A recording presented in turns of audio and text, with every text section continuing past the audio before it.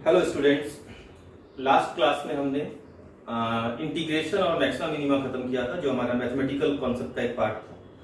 और मैंने आपको ये सजेस्ट भी किया था कि आप कोशिश कीजिएगा कि vector, differentiation, integration and maxima and minima, ये चारों मैथमेटिकल कॉन्सेप्ट्स को बहुत अच्छे से जितना भी आपको बताया गया है, ठीक है, बेसिक ही, ऐसा नहीं कि बहुत डिटेल में, बट बेसिक आपका क्लियर हो जाए, ठीक है ना। क्योंकि अगर वो पार्ट में थोड़ा बहुत प्रॉब्लम रहेगा तो जब हम इसको न्यूमेरिकल को यहाँ पर डिस्कस करेंगे काइनेमेटिक्स से रिलेटेड, ठीक है, तो उसका आपका क्लियर अंडरस्टैंडिंग या फील नहीं आ पाएगा, ठीक है ना।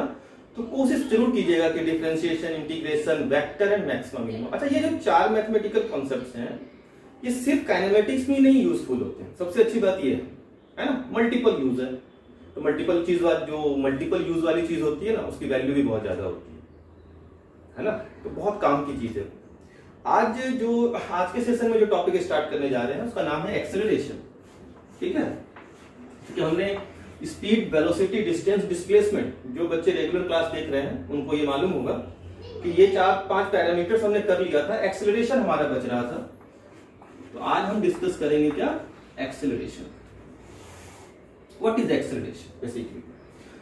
देखो एक्सेलरेशन जो होता है कहीं भी, किसी भी फिजिकल सिचुएशन में, किसी मोशन में, कहीं पे भी अगर कोई मोशन हो रहा है, ठीक है ना, और अगर वहां पर ऑब्जेक्ट के स्पीड में कोई चेंज होता है, ऑब्जेक्ट की वेलोसिटी के मैग्नीट्यूड में या स्पीड में कोई चेंज होता है, और चेंज कैसा हो सकता है, या तो वो इंक्रीज हो रहा होगा या फिर वो डिक्रीज हो रहा होगा, है ना।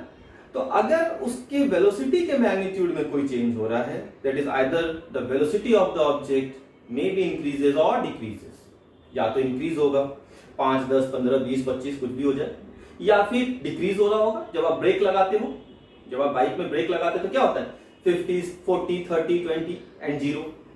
तो जब भी कभी स्पीड में अगर चेंज हो, ठीक है ना, वेलोसिटी के मैग्नीट्यूड में चेंज हो रहा है, इसका मतलब है कि वहां पर एक एक्सेलरेशन है, इसका मतलब है वहां पर एक एक्सेलरेशन है।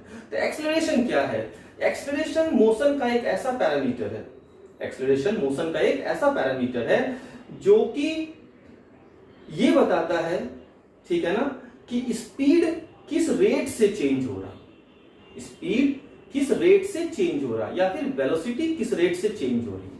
Getting my point. तो अगर हम बोले कि एक्सेलरेशन को मैं डिफाइन करूं तो मैं बोलूंगा definition is the rate of change of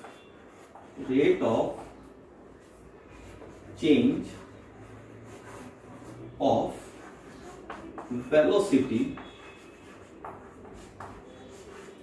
with respect to time. बहुत सिंपल सा definition, rate of change of velocity with respect to time, ठीक है ना।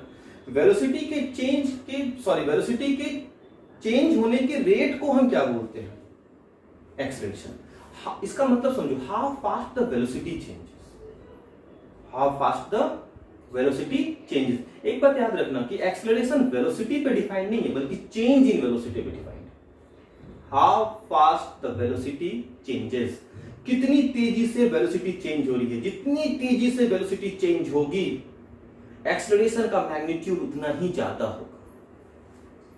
जितनी तेजी से वेलोसिटी के मैग्नीट्यूड, वेलोसिटी क्या होगी, चेंज होगी, है ना, एक्सेलरेशन का मैग्नीट्यूड उतना ही ज्यादा होगा। तो क्या होता है definition, rate of change of velocity with respect to time, ठीक है।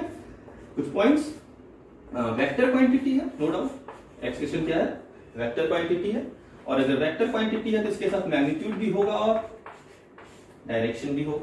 Is it right. डायरेक्शन इसका जो होता है वो होता है along the change in velocity, along the change in velocity. याद रखना इंपॉर्टेंट है, बहुत सारे बच्चों के दिमाग में ये रहता है कि एक्सेलरेशन का डायरेक्शन जो होता है वो वेलोसिटी के अलोंग होता है। ये गलत है, बिल्कुल गलत है ना, 100% रॉन्ग। एक्सेलरेशन का डायरेक्शन कभी भी वेलोसिटी के अलोंग नहीं होता। एक्सेलरेशन का डायरेक्शन हमेशा किधर होता है, चेंज इन वेलोसिटी के अलोंग, ठीक है। 2 डायमेंशनल में बड़ा इंपॉर्टेंट हो जाता है ये कॉन्सेप्ट, ठीक है, वन डायमेंशनल में तो ज्यादा इंपॉर्टेंट नहीं होता, लेकिन टू डायमेंशन में बहुत इंपॉर्टेंट हो जाता है। तो एक्सेलरेशन क्या है, वेक्टर क्वांटिटी है पहली बार। डायरेक्शन किधर होगा, direction along the change in velocity, जिस डायरेक्शन में वेलोसिटी का चेंज हो रहा होगा उसी डायरेक्शन में एक्सेलरेशन का क्या होगा, डायरेक्शन होगा। अच्छा, SI unit metre per second square है ना, ये एसआई यूनिट है इसका।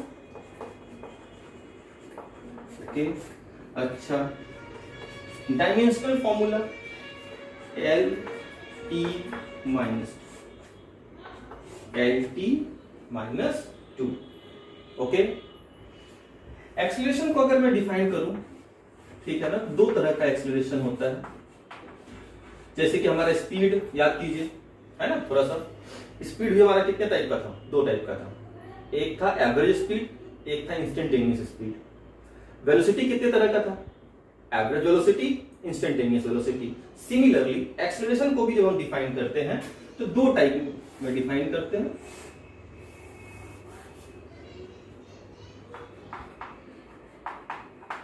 ठीक है, दो टाइप का होता है। पहला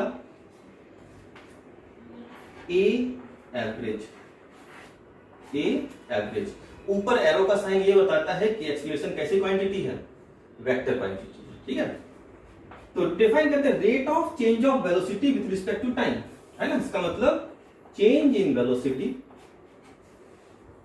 divide by change in time. Okay, this is your average velocity, del V upon del T.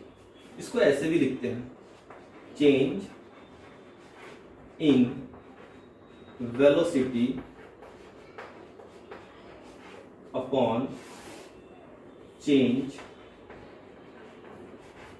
In time, ऐसा भी लिखा जाता है।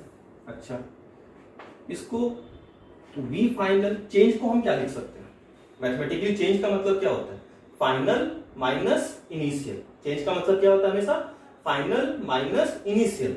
अब यहां चेंज क्या है, चेंज है वेलोसिटी का, चेंज है किसका, वेलोसिटी का।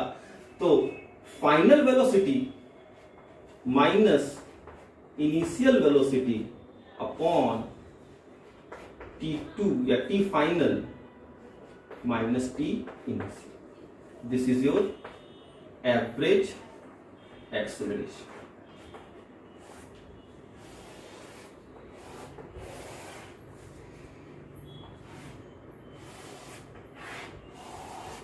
ठीक है, तो दो फॉर्मूले काम किए, वैसे तीनों ही काम किए, del V upon del T, change in velocity upon change in time, या फिर V final minus V initial upon T final minus T initial. This is your average acceleration. Okay, अगर इसकी मैग्नीट्यूड की बात करें, ठीक है, तो मैग्नीट्यूड क्या हो जाएगा, V final minus V initial upon T final minus T initial का मैग्नीट्यूड। ठीक है, ये in magnitude. Okay, direction along the change in velocity. बहुत सिंपल है, फटाफट खत्म करते हैं। तो एक्सेलरेशन क्या होता है, एक्सेलरेशन होता है how fast the velocity of an object changes. Simple, पूछे what is acceleration, acceleration is a parameter which measures how fast the velocity of a body changes. Okay, vector है, direction along the change in velocity होता है, SI unit metre per second square, dimensional formula LT minus 2।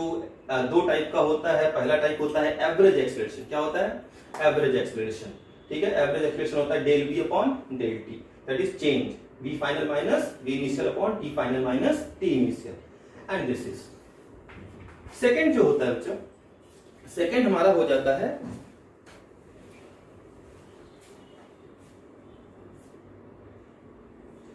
Instantaneous acceleration.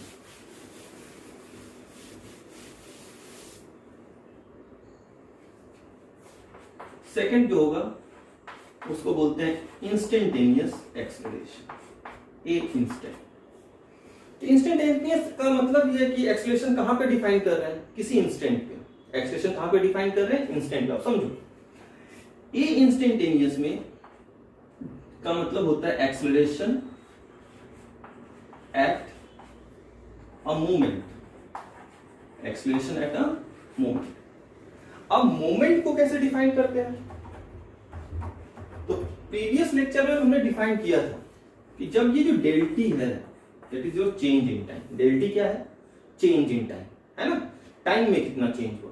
तो time तो बच्चा 10 घंटे का भी change हो सकता है ना, 20 घंटे का भी हो सकता है, 10 दिन का भी हो सकता है, 10 साल का भी हो सकता है, 2 करोड़ साल का भी हो सकता है, कम भी हो सकता है। Is it right? तो अगर डेल टी बहुत कम हो जाए, मोमेंट को सोचो कैसे डिफाइन करोगे? अब ये जो मैं बोला, this is your moment, that moment, this moment. तो मोमेंट का मतलब होता है एट ए टाइम। तो जब एट ए टाइम आप किसी मोमेंट को डिफाइन करने की कोशिश करोगे तो डेल टी सोचो क्या बहुत छोटा नहीं होगा? डेल टी जो चेंज इन टाइम, जब चेंज इन टाइम बिल्कुल कम हो जाए, कितना कम? इतना कम कि वो जीरो के आसपास रहे। कितना कम? जीरो के आसपास रहे। तब आप जो टाइम को डिफाइन करोगे या टाइम ड्यूरेशन को डिफाइन करोगे, क्या वो डेल टी कैसा हो जाएगा? बहुत छोटा एक मोमेंट हो जाएगा। तो when del T tends to zero, when del T tends to zero, then it is known as moment, then it is known as moment. Getting my point? Physics में मोमेंट का डेफिनेशन यही होता है कि जब डेल टी इतना छोटा हो जाए कि वो जीरो की इक्विवेलेंट हो जाए, तो उस टाइम ड्यूरेशन को हमने क्या बोला? मोमेंट। तो अगर मुझे इंस्टेंटेनियस एक्सेलरेशन डिफाइन करना है मैथमेटिकली, तो मैं डिफाइन करूंगा del V, change in velocity upon change in time. Is it right? ये तो एक्सेलरेशन का डेफिनेशन है, change in velocity upon change in time. लेकिन ये चेंज इन वेलोसिटी किस टाइम में है? ये चेंज इन वेलोसिटी तब है जब डेल टी क्या है? Tends to zero. तो जब del T tends to zero हो जाएगा, ठीक है ना, बहुत छोटा होगा, तब del V upon del T जो होता है वो क्या होता है? इंस्टेंटेनियस। क्योंकि उस समय जो एक्सेलरेशन का मैग्नीट्यूड वो आपको देगा वो उस इंस्टेंट का देगा। Getting my point? और जब इसको लिखने का तरीका क्या होता है? जब del T tends to zero होता है तो डेल किसमें चेंज हो जाता है? डी में। याद आ रहा? D V upon D T. That is your instantaneous acceleration. Magnitude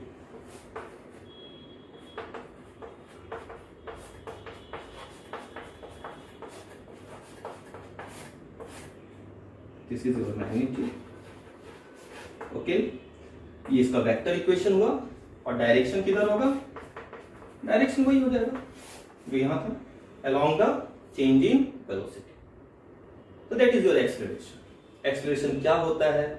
क्या एक्सेलरेशन क्या मेजर करता है? एक्सेलरेशन मेजर करता है how fast the velocity changes. Simple, कितने फास्टली वेलोसिटी चेंज हो रहा। क्लियर है कि यहां तक? दो तरह का होता है, एवरेज और एक इंस्टेंटेनियस। चलिए आप यहां तक लिखिए, फिर हम आगे डिस्कस करेंगे।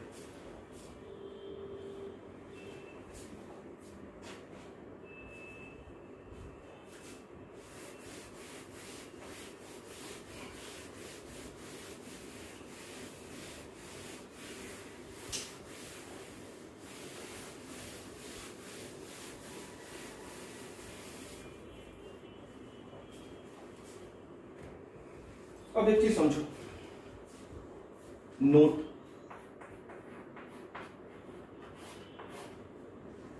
पहला पॉइंट, ठीक है? First, in a physical situation,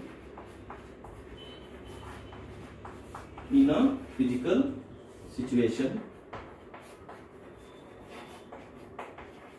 ठीक है, किसी फिजिकल सिचुएशन, किसी फिजिकल सिचुएशन का मतलब किसी मोशन में, कोई कार ट्रैवल कर रही है, कोई बच्चा दौड़ रहा है, मतलब कोई भी एक physical situation, in a physical situation acceleration comes into picture, ठीक है ना? किसी फिजिकल सिचुएशन में एक्सेलरेशन तब आएगा, एक्सेलरेशन को हम तब मेजर करेंगे, ठीक है ना, जब, ठीक है, तीन केसेस होते हैं बच्चों, ठीक है ना।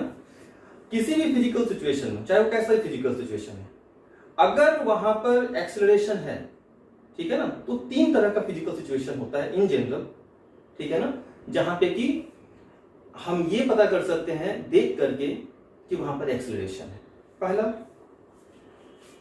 पहला समझो इस तरह से कि मान लो कोई बच्चा है, ठीक है, और यहां पर इसकी वेलोसिटी जो है का मैग्नीट्यूड है 5 मीटर पर सेकेंड, ठीक है ना, और ये दौड़ता हुआ कुछ यहां से यहां आ गया, ठीक है, और यहां पर इसकी वेलोसिटी हो गई 10 मीटर पर सेकेंड, ठीक है, इधर वो दौड़ रहा है, ठीक है। तो ध्यान से देखो, during the motion of the child, जब ये बच्चा दौड़ रहा था तो क्या इसका डायरेक्शन चेंज हुआ? नहीं ना। ये थ्रू आउट द जर्नी वो एक ही डायरेक्शन में जा रहा है, गेटिंग माय पॉइंट। लेकिन मैग्नीट्यूड ऑफ वेलोसिटी जो है वो चेंज हो रही है, स्पीड चेंज हो रहा है।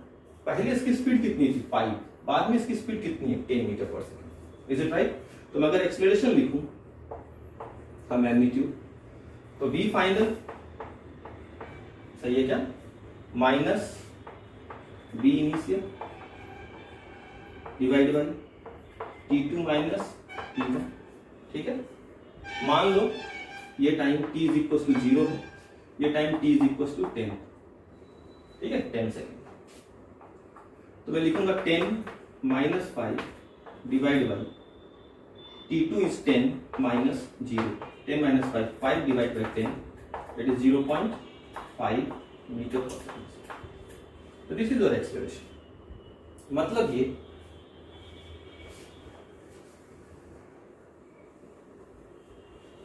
कि जब when only magnitude of velocity, when only magnitude of velocity changes, ये था पहला सिचुएशन कि अगर किसी फिजिकल सिचुएशन में वेलोसिटी का मैग्नीट्यूड चेंज हो रहा हो, सिर्फ मैग्नीट्यूड, डायरेक्शन चेंज नहीं हो रहा है, तो वहां पर एक्सेलरेशन होगा। और क्या होगा? तो v final minus v initial upon t2 minus t1। Clear है? दूसरा situation, when only direction of velocity changes, when only direction of velocity changes। जैसे अब डायरेक्शन ऑफ वेलोसिटी चेंजेस का क्या है? अब मान लो ये हमारे पास एक सर्कुलर पाथ है, ठीक है, जिसपे कि कोई पार्टिकल है जो कि रिवॉल्व कर रहा कुछ इस तरह से। यहां पर इसकी स्पीड जो है वो है मान लो 5 मीटर पर सेकेंड, यहां पर भी इसकी स्पीड है मान लो 5 मीटर पर सेकेंड, यहां पर भी 5, यहां पर भी 5, हर जगह 5। अब अगर मैं आपसे पूछूं कि जो पार्टिकल ट्रैवल कर रहा है इस सर्कुलर पाथ पे, क्या उसका वेलोसिटी कांस्टेंट है? वेलोसिटी को वेक्टर साइन से डिनोट करेंगे क्योंकि वेलोसिटी वेक्टर होती है। क्या वेलोसिटी कांस्टेंट है? देखो, velocity is a vector quantity, और अगर किसी वेक्टर क्वांटिटी का मैग्नीट्यूड और डायरेक्शन दोनों में से कोई एक भी इंपॉर्टेंट है, किसी वेक्टर क्वांटिटी का मैग्नीट्यूड और डायरेक्शन दोनों में से कोई एक भी अगर चेंज हो जाए तो वेक्टर क्वांटिटी चेंज हो जाती है, कांस्टेंट नहीं रहेगी। तो वेलोसिटी कांस्टेंट नहीं है। कोई पूछेगा क्यों नहीं है? बिकॉज डायरेक्शन चेंजेस, ठीक है ना। लेकिन मान लो मैं ऐसा बोलूं कि क्या v वेक्टर का मॉड कांस्टेंट है? v वेक्टर पे जब तुमने मॉड लगा दिया तो ये मैग्नीट्यूड बता रहा है। v वेक्टर पे जब आपने मॉड लगा दिया तो ये क्या बता रहा है? मैग्नीट्यूड, सिर्फ मैग्नीट्यूड। एक v वेक्टर पे मॉड नहीं लगा है, इसका मतलब इस एक्सप्रेशन के पास दो चीज है, मैग्नीट्यूड भी है और डायरेक्शन भी है। तो भाई मैग्नीट्यूड तो कांस्टेंट है लेकिन डायरेक्शन कांस्टेंट नहीं है, डायरेक्शन कंटिन्यूअसली क्या हो रहा है, चेंज हो रहा है। Is it right?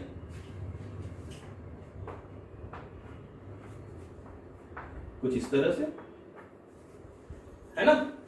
तो चूंकि डायरेक्शन चेंज हो रहा है इसलिए वेलोसिटी, चूंकि वेलोसिटी क्या है, वेक्टर क्वांटिटी, तो वो कांस्टेंट नहीं होगा, ऑब्वियस सी बात है नहीं होगा। लेकिन अगर मैं ऐसा लिख दूं कि इस v वेक्टर पे मॉड लगा दो और बोलूं क्या ये स्टेटमेंट ट्रू है, तो बिल्कुल ट्रू है, क्योंकि जब आपने मॉड लगा दिया इसका मतलब ये किसकी बात कर रहा है, सिर्फ मैग्नीट्यूड की बात कर रहा है, तो मैग्नीट्यूड कांस्टेंट है। देखो इस सिचुएशन में क्या चेंज हो रहा है, सिर्फ डायरेक्शन ऑफ वेलोसिटी चेंज हो रही है ना। तो जब कभी ऐसा सिचुएशन होता है तो भी एक्सेलरेशन आएगा, तो भी एक्सेलरेशन आता है। Getting my point? इस केस में, in this case, acceleration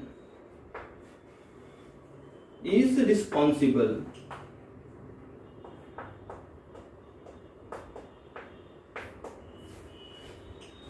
for its change in direction, for its change in direction। और इस एक्सेलरेशन को क्या बोलते हैं, जो बच्चे 9-10 में पढ़े होंगे इसको बोलते हैं centripetal acceleration. And this acceleration is known as centripetal acceleration। इसको हम बच्चे पढ़ेंगे यूनिफॉर्म सर्कुलर मोशन में। As for example uniform circular motion, uniform circular motion. ठीक है, तो दो सिचुएशन हो गया, बताया था कि एक्सेलरेशन किसी फिजिकल सिचुएशन में कब आएगा पिक्चर में, दो केस होता है, एक जब सिर्फ मैग्नीट्यूड चेंज हो रहा, एक जब सिर्फ डायरेक्शन चेंज हो रहा। Getting my point? तीसरा लिखिए इसको,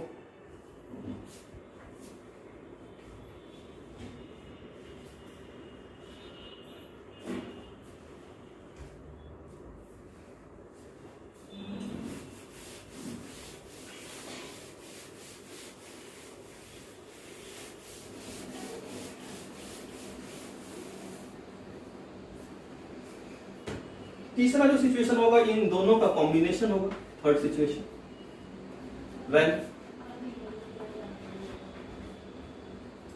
both magnitude and direction, when both magnitude and direction of velocity changes, when both magnitude and direction of velocity change, जब दोनों चेंज हो रहा है ना। Example, as for example non uniform circular motion.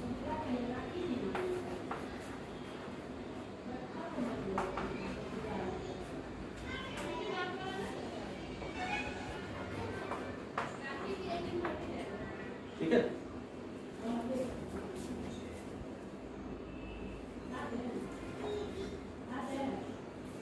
Non uniform circular motion मान लो, फिर से कोई सर्कुलर पाथ में मूव कर रहा कुछ इस तरह से, ठीक है, लेकिन इस बार यहां पर इसकी वेलोसिटी है मान लो 1 मीटर पर सेकेंड, यहां पर इसकी वेलोसिटी है 2 मीटर पर सेकेंड, यहां पर इसकी वेलोसिटी है 3 मीटर पर सेकेंड, यहां पर इसकी वेलोसिटी है 5 metre per second, let us suppose. तो ध्यान से देखो बच्चे, इसका डायरेक्शन चेंज हो रहा है, is it right? As well as इसका मैग्नीट्यूड भी चेंज हो रहा है। ठीक है, तो इस केस में अगर मैं ऐसा बोलूं कि v वेक्टर कांस्टेंट है क्या, तो v वेक्टर ना मैग्नीट्यूड कांस्टेंट है और ना डायरेक्शन कांस्टेंट है, तो क्या ये स्टेटमेंट फॉल्स हुआ? v वेक्टर कांस्टेंट नहीं है। क्या मॉड ऑफ v कांस्टेंट है? तो भाई उसका मैग्नीट्यूड भी तो कांस्टेंट नहीं है, 1 2 3 5 चेंज हो रहा है ना, तो ये भी कांस्टेंट नहीं, ये भी फॉल्स स्टेटमेंट है, ठीक है। और इस सिचुएशन में, in such type of situation,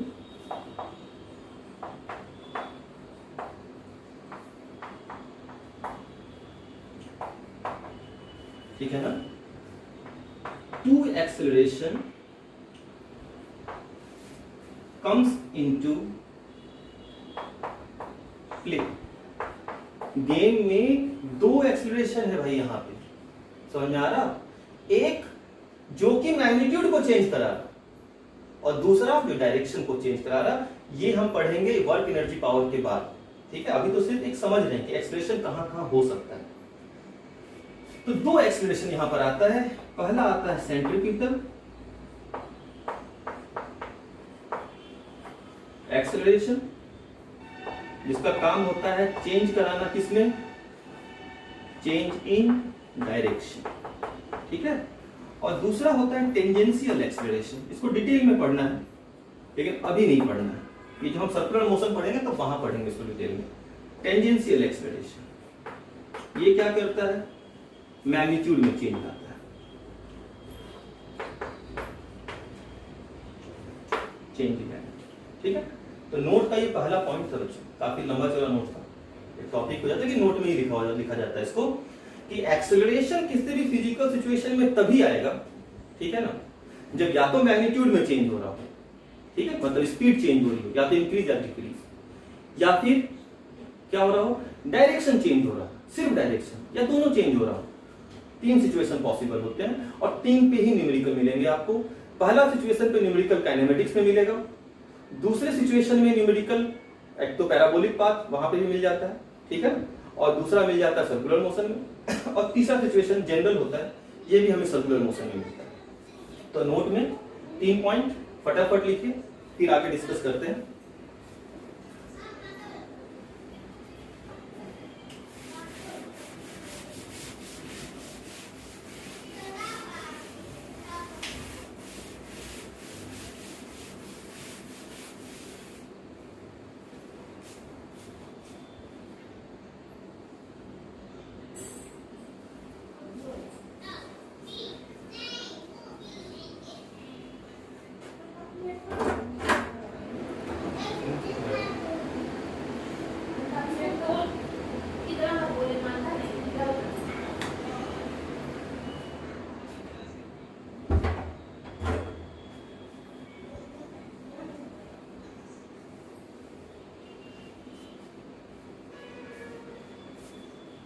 next note में सेकंड पॉइंट,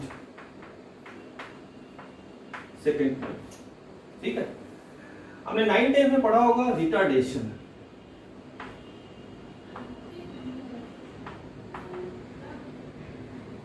ठीक है ना। रिटार्डेशन को डिफाइन किया जाता है इस तरह से, when the speed of object decreases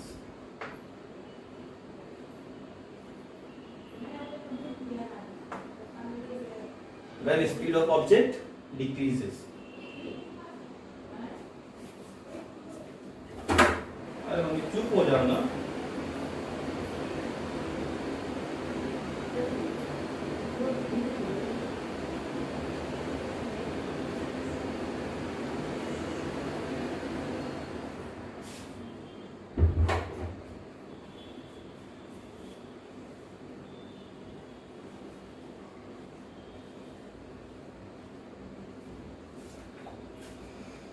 when speed of object decreases then acceleration is known as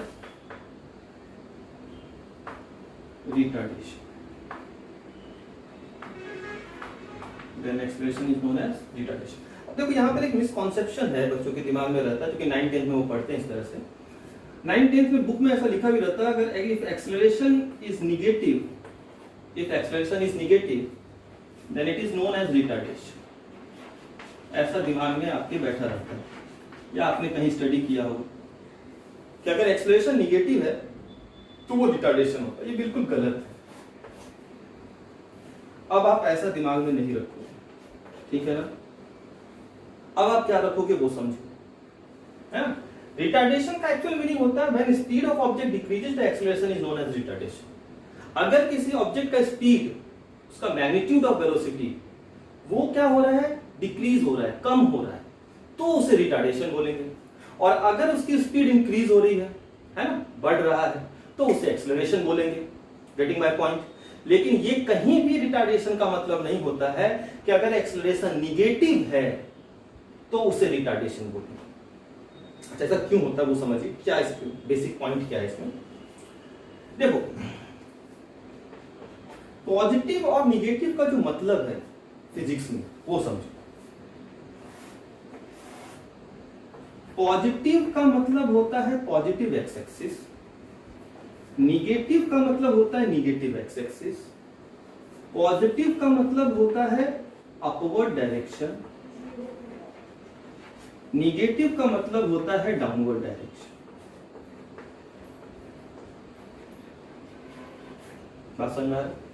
पूरे फिजिक्स में कहीं भी अगर आपको पॉजिटिव साइन के साथ कोई क्वांटिटी दे रहा है, इसका मतलब है कि वो पॉजिटिव एक्स एक्सिस में है। Getting my point. और निगेटिव का मतलब क्या है, अलोंग निगेटिव एक्स एक्सिस। मतलब कि अगर मान लो ऐसा देता है कि a इज इक्वल टू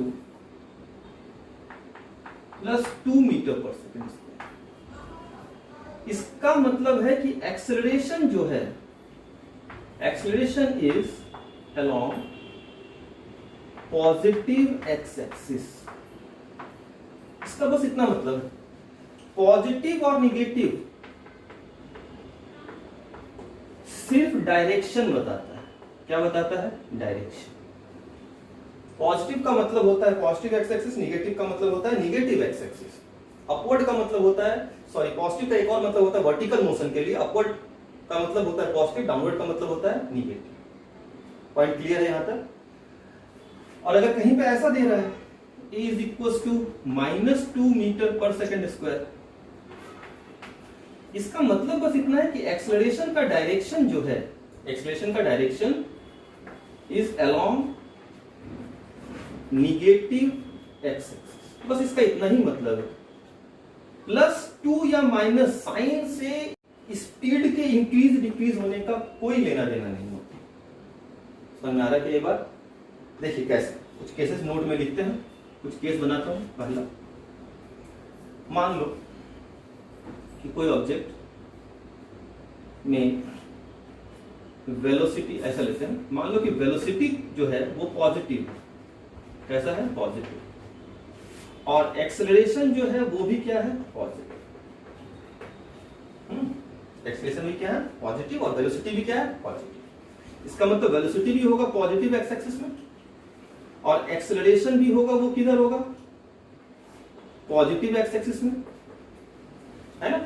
जब दोनों का डायरेक्शन क्या हो, सेम, दोनों का डायरेक्शन क्या हो, सेम, तो जब एक्सेलरेशन और वेलोसिटी दोनों का डायरेक्शन सेम होता है, then the speed of the object increases.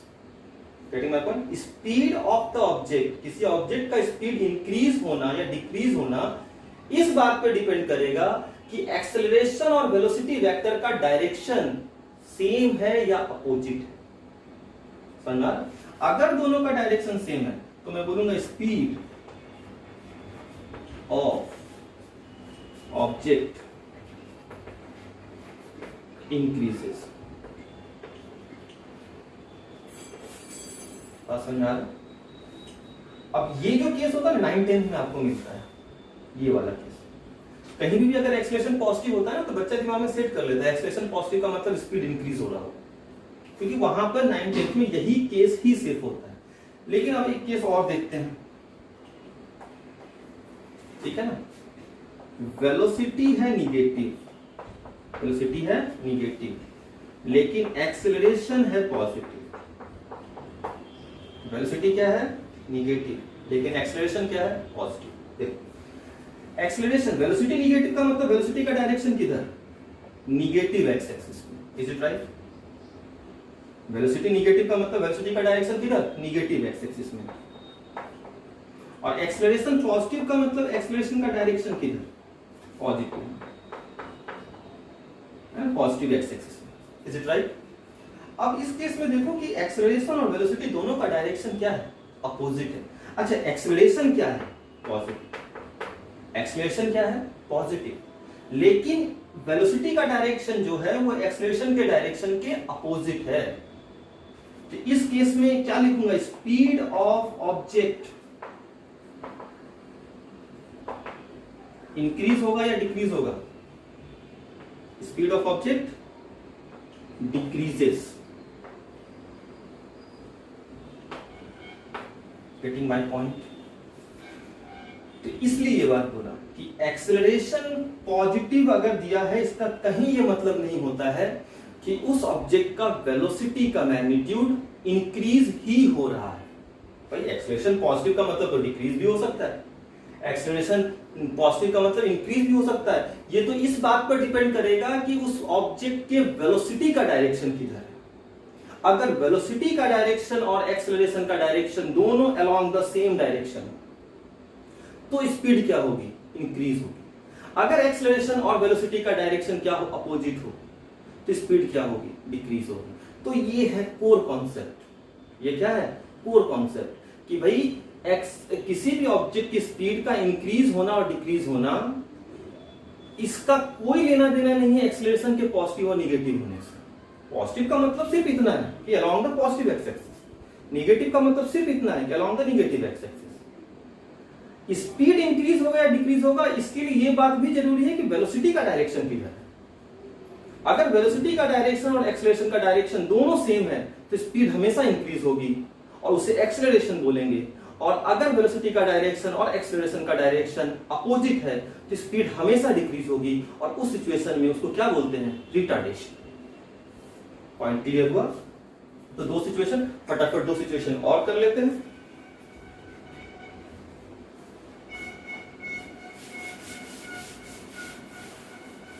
और आप लोग लिख लिया करो नोट पॉज करके, ठीक है ना? थर्ड सिचुएशन थोड़ा फटाफट। V पॉजिटिव, A निगेटिव, ठीक है? V पॉजिटिव का मतलब along the positive x axis, A negative का मतलब along the negative x axis, सही है क्या? और दोनों का डायरेक्शन क्या है, अपोजिट है। स्पीड क्या होगा, डिक्रीज करेगा। स्पीड क्या करेगा, डिक्रीज करेगा। तो ये वाला सिचुएशन था आपके 9th 10th में, जो कि आपने पढ़ा था कि अगर एक्सेलरेशन निगेटिव होता है इसका मतलब वो रिटार्डेशन है। यहां पर ये रिटार्डेशन है, लेकिन यहां पर रिटार्डेशन इसलिए है क्योंकि वेलोसिटी अपोजिट है। पॉइंट क्लियर हो रहा है? अच्छा, fourth case, V negative, acceleration negative, दोनों इस पर निगेटिव, मतलब V negative x axis, acceleration negative x axis. अब इस केस में आप ही बताओ क्या होगा, स्पीड इंक्रीज होगा या डिक्रीज होगा? क्या है, एक्सेलरेशन तो निगेटिव है, लेकिन स्पीड के इंक्रीज होना और डिक्रीज होना किस बात पर डिपेंड करता है, एक्सेलरेशन के साइन पे या एक्सेलरेशन और वेलोसिटी दोनों के कंबाइंड पे। क्योंकि एक्सेलरेशन और वेलोसिटी दोनों निगेटिव है, मतलब दोनों सेम डायरेक्शन में है, तो स्पीड क्या होगा,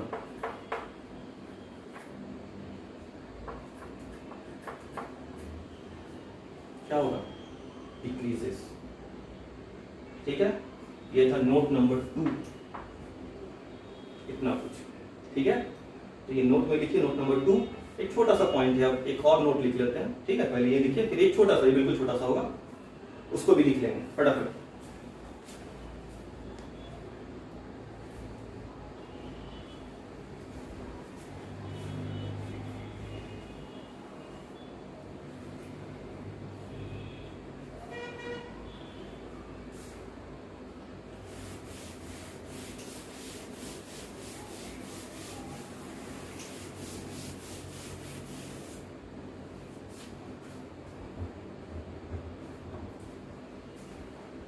नोट नंबर 3, ये पूछा हुआ क्वेश्चन है, dv by dt का mod is equal to dv vector का मॉड अपॉन dt, ट्रू और false?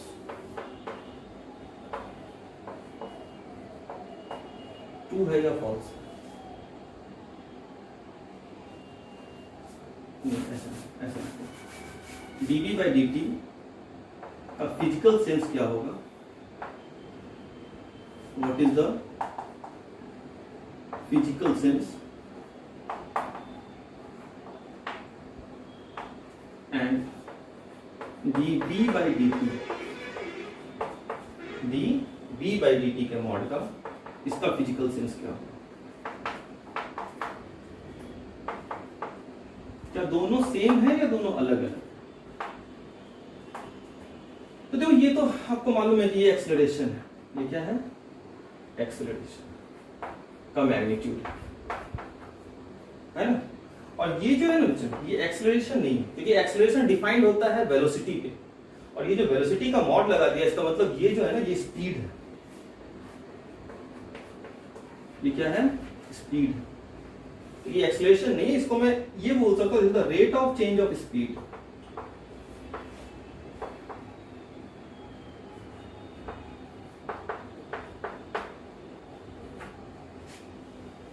Rate of change of speed और ये एक्सेलरेशन, क्या ये दोनों सेम है? यस और नो। क्वेश्चन क्लियर हो रहा है क्या? समझो, मैंने ये स्टेटमेंट लिखा dv वेक्टर अपॉन, देखो dv vector upon dt is your acceleration, उसका मॉड लगा दिया है ना। इसका मतलब ये क्या है? ये है एक्सेलरेशन का मॉड, मतलब this is the magnitude of acceleration. ये क्या है? मैग्नीट्यूड ऑफ एक्सेलरेशन, समझिए।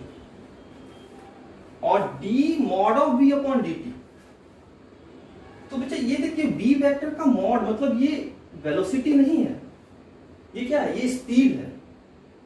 बात समझ में आ रहा? तो स्पीड के पास तो डायरेक्शन नहीं होता ना, और एक्सेलरेशन जो होता है वो वेक्टर क्वांटिटी है, वो वेलोसिटी पे डिफाइंड है। तो ये जो स्टेटमेंट है, इससे मैं एक्सेलरेशन तो नहीं बोल सकता, इससे मैं बोलूंगा rate of change of speed. ये एक्सेलरेशन नहीं। Getting my point? और एक क्वेश्चन है यहां पे, give a situation in which mod of dv by dt is equals to d by dt, है ना। Answer in comment please.